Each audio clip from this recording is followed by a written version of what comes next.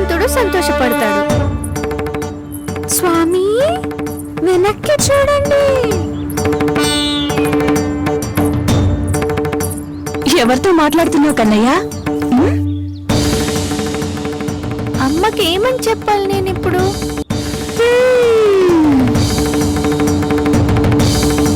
మాట్లాడవేంటి? చెప్పు. ఎవరున్నారు ఇక్కడ? బలరామా, సుబాలా? ఇక్కడికొక రావడం నీకు తెలియకపోవడమా? అలా జరుగుతుందా అమ్మా?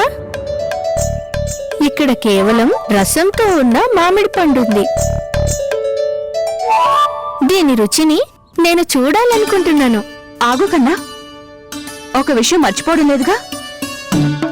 మన ఇంట్లోకి ఎప్పుడు ఏ కొత్త వస్తువు వచ్చినా కన్నా ముందు మనం ఏం చేయాలి? ముందు దేవుడికి నివేదన చేయాలి.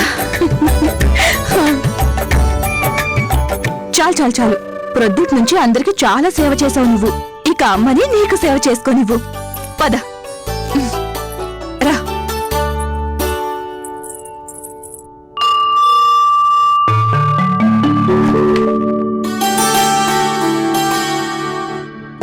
దండం పెట్టుకో. అమ్మా, నువ్వు నాకు రామాయణం ఎందుకు చదివి వినిపిస్తుంటావు? ఎందుకంటే నువ్వు కూడా శ్రీరాముళ్ళ ఉండాలని.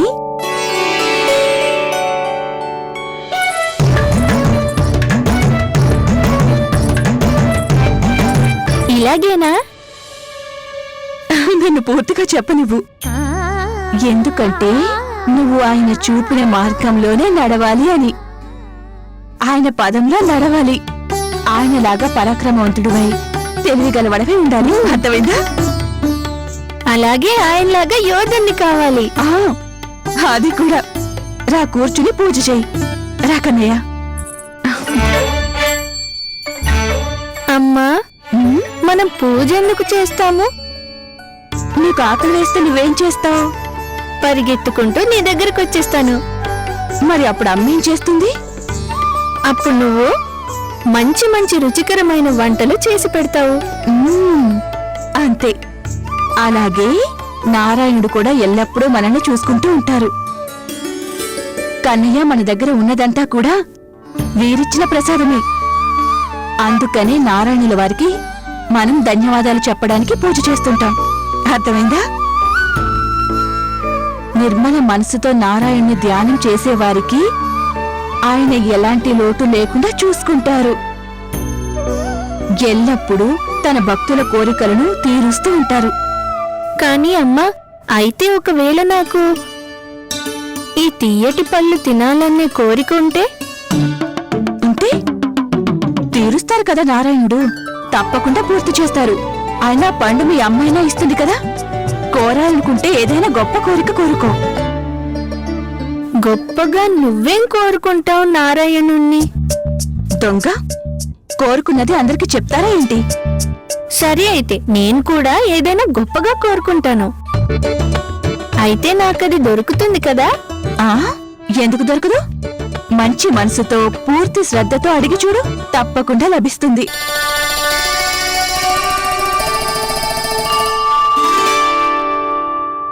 అమ్మంటుంది మీరు ప్రతి భక్తుని కోరిక ఖచ్చితంగా నెరవేరుస్తారని. నా కోరిక చాలా చిన్నది, చాలా చిన్నది. దాన్ని నెరవేర్చండి ప్రభు. అంతలా ఏం కోరుకుంటున్నాడు వీడు? నేను మంచి మనస్సుతో మిమ్మల్ని ధ్యానిస్తున్నాను నారాయణ. తరువాత నన్ను నిరాశపరచొద్దు. నేను నా స్నేహితులతో కలిసి యమునా తీరాన ఆడుకోవడానికి అనుమతి ఇప్పించండి.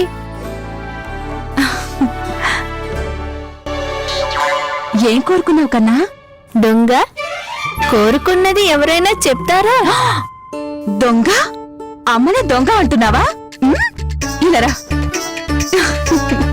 నేను దొంగనా? నువ్వే దొంగవి, నువ్వే దొంగవి. అమ్మనే కన్నే దొంగ అంటున్నాడా? పండు కావాలా వద్దా? కావాలి కదా, మరి పద పద.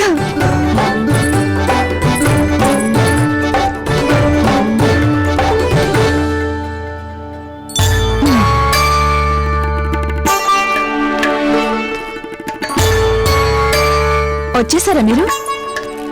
ముసలవ్వ కనిపించిందా? ఆ? ఏమైనా ఇచ్చారా లేదా చెప్పండి. సంతృప్తి పడింది కదా ఆవిడ? నారాయణుడి కరుణతో ఆవిడ చాలా సంతృప్తి చెందారు. ఎన్ని పళ్ళిచ్చి వెళ్ళిందో. నారాయణుడు మంచి చేయాలి ఆవిడికి.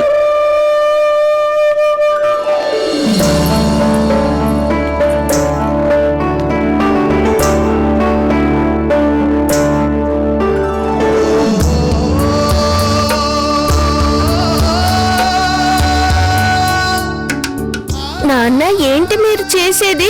అయినా ఎందుకు? ఇది ఒక భక్తుని సేవని మీరు అనుకోండి స్వామి, లేదా మీ నాన్న స్నేహంతో అనుకోండి.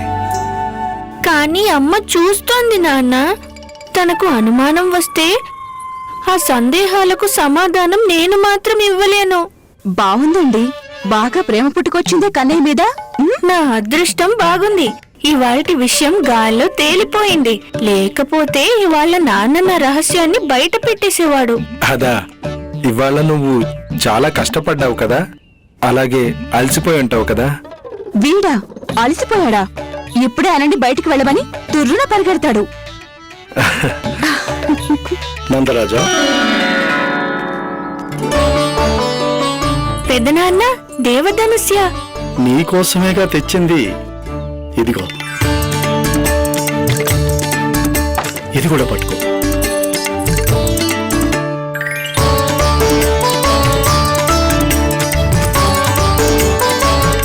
చూసావా అమ్మా, ఇది రాముళ్లాంటి ధనుర్బాణాలు. ఇప్పుడు చెప్పు, నేను అచ్చం రాముళ్లా ఉన్నాను కదా?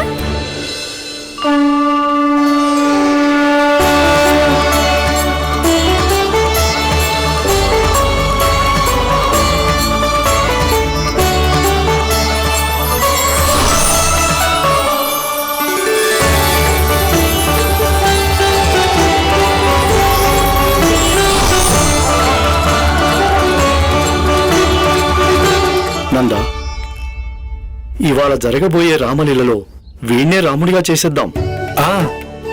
అలాగే చేద్దాం. కానీ రాముల వారు కన్నయ్యలా అల్లరివాడు కాదు. మరి రాముల వారు ఎలా ఉండేవారు?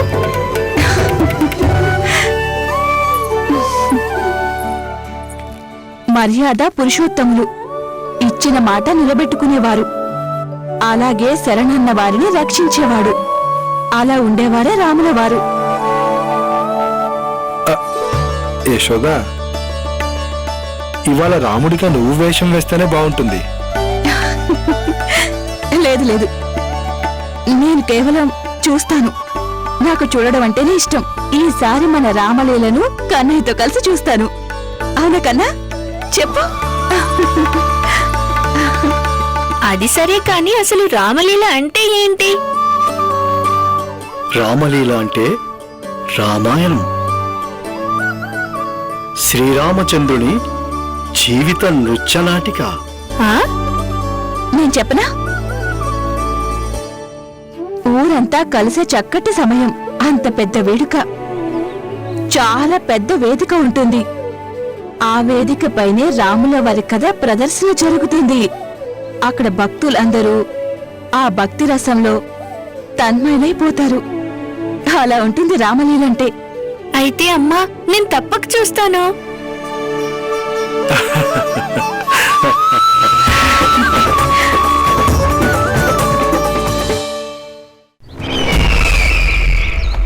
ఇప్పటి వరకు ఏ విధంగా అయితే పరిస్థితిని మీరు సంభాళిస్తూ వచ్చారో అది చూసి మీ ఇద్దరిపై నమ్మకం ఇంకా దృఢంగా అయింది నాకు.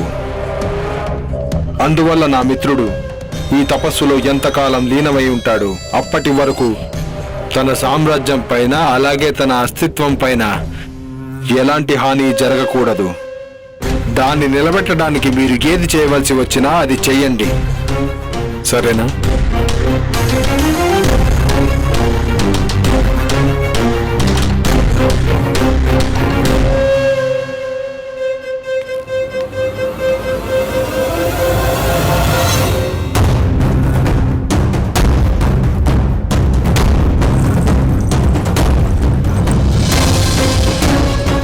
తన్నేం చేద్దాం?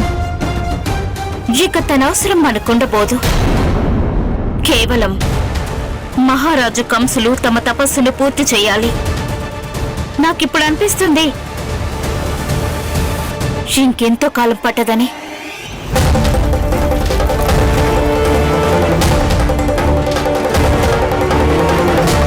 కంసుడి తపస్సు కనుక సఫలమైతే, ఒకవేళ గొప్ప వీరప్రసాదం పొందితే కనుక మొదటి దాడి తనే చేస్తాడు. కృష్ణుడి మీద మన పుత్రుడిపై తపస్సు శక్తి వల్ల దుష్ప్రభావమా? నారాయణుడు చూస్తున్నాడు దేవకి. ఆయనే రక్షిస్తాడు. తనకింకెలాంటి శక్తులు లభించకూడదు స్వామి. నేను దుష్టుడిని ఇంకా శక్తివంతంగా చూడలేను నేను. లేదు,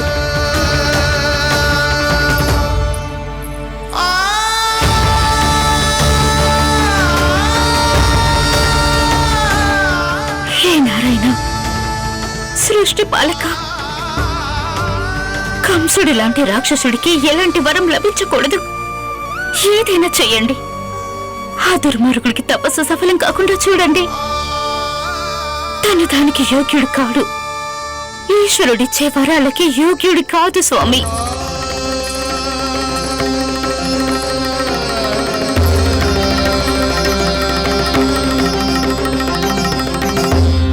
ఎందుకు ఆగిపోయావు కన్నయ్య? చూడు, మనం వచ్చేసాం.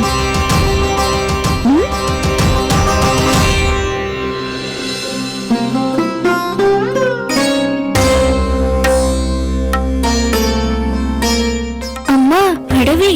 అవును కన్నయ్య, దండకారణ్యం. ఇక్కడే రాముల వారు, సీతమ్మ వారు ఇంకా లక్ష్మణ సోదరులతో కలిసి వనవాసానికి వెళ్లారు. మరి ప్రభావతి పిన్ని ఇంకా కస్తూరి కూడా వెళ్ళారా? అమాయకుడు నా కన్నయ్య. కస్తూరి పిన్ని సీత వేషం వేసుకుంది.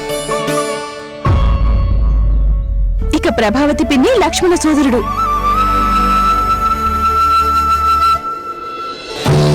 సౌమిత్ర, నన్ను నమ్మండి. నేను స్వామి స్వరాన్ని విన్నాను. వారు మిమ్మల్ని అరుస్తూ పిలుస్తున్నారు. వెళ్ళండి, వారికి సహాయం చేయండి.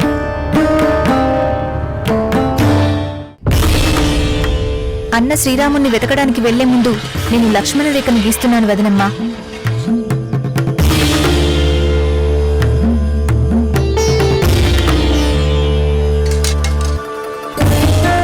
మీరు దాన్ని దాటినంత వరకు లోకంలోని ఏ శక్తి మీకు ఎలాంటి హాని చేయలేదు.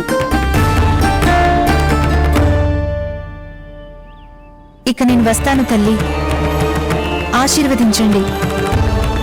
ఆశీస్సులు.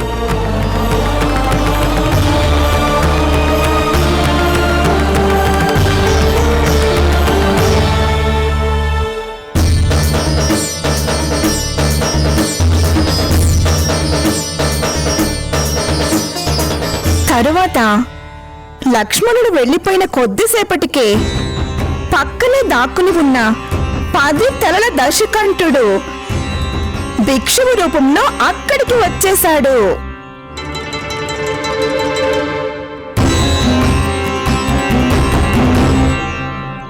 అమ్మ, శ్రీరాముడు ఎప్పుడు వస్తాడు?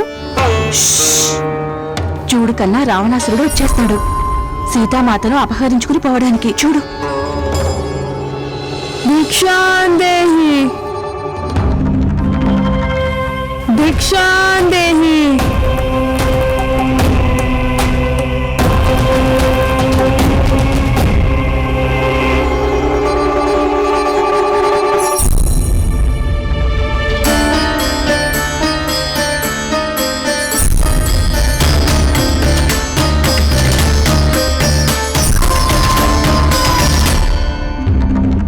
ఎప్పుడైతే సీతామాత భిక్ష వేయడం కోసం లక్ష్మణ రేఖను దాటిందో అంతే రావణుడు తన రాక్షస రూపాన్ని చూపించాడు. హే రఘునందన, కాపాడండి. రఘునందన, రక్షించు. సులక్షణ చిహ్నం అయితే నిజంగా రావణుడు లాగే ఉంది.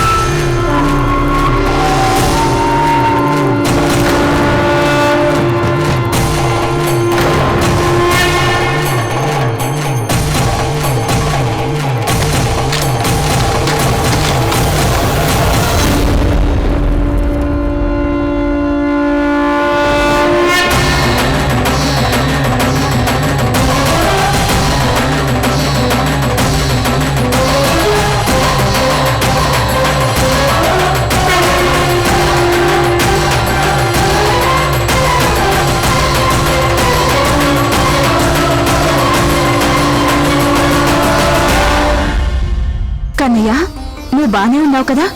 అమ్మకు చెప్పు, నీకేమైనా బాధగా ఉందా?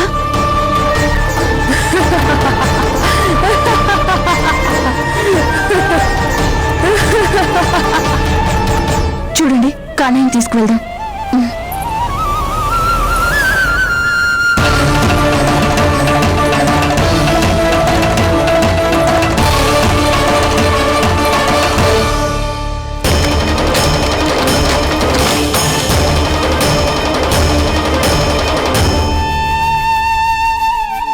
కన్నయ్య, కన్నయ్య లేరా, మంచినీళ్ళు తాగు. లేపండి వెండి. లే, ఇదిగో నీళ్ళు తాగు. ఏమైంది వీడికి? హా? ఏమైంది కన్నయ్య? జ్వరతాపం కూడా లేదు. ఏమైందండి వీడికి? హా? పొరపాటున ఎవరి చెడు దృష్టి అయినా సోకిందా? కన్నయ్య,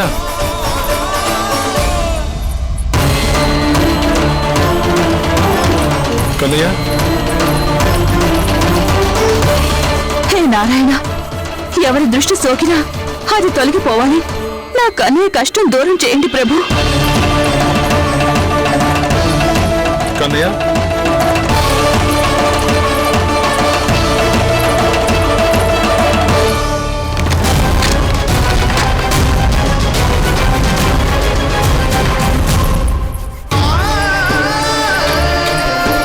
చూడు, లే కన్నయ్య, నేను వైద్యుల్ని తీసుకొస్తాను. ఒక్క నిమిషం ఈ కషాయం తాగించనివ్వండి. తాగు కన్నా, తాగు కన్నా, తాగు. అమ్మా, నీకేం కాలేదు కదా కన్నయ్య? నీకేమైంది అసలు? మీరు అంటూ ఉంటారు కదా, బయటకు తీసుకువెళ్ళాలి, బయటకు తీసుకువెళ్ళాలి అని. ఇప్పుడు చూడండి, బయటకు తీసుకువెళ్ళడం వల్ల ఎలా జరిగిందో.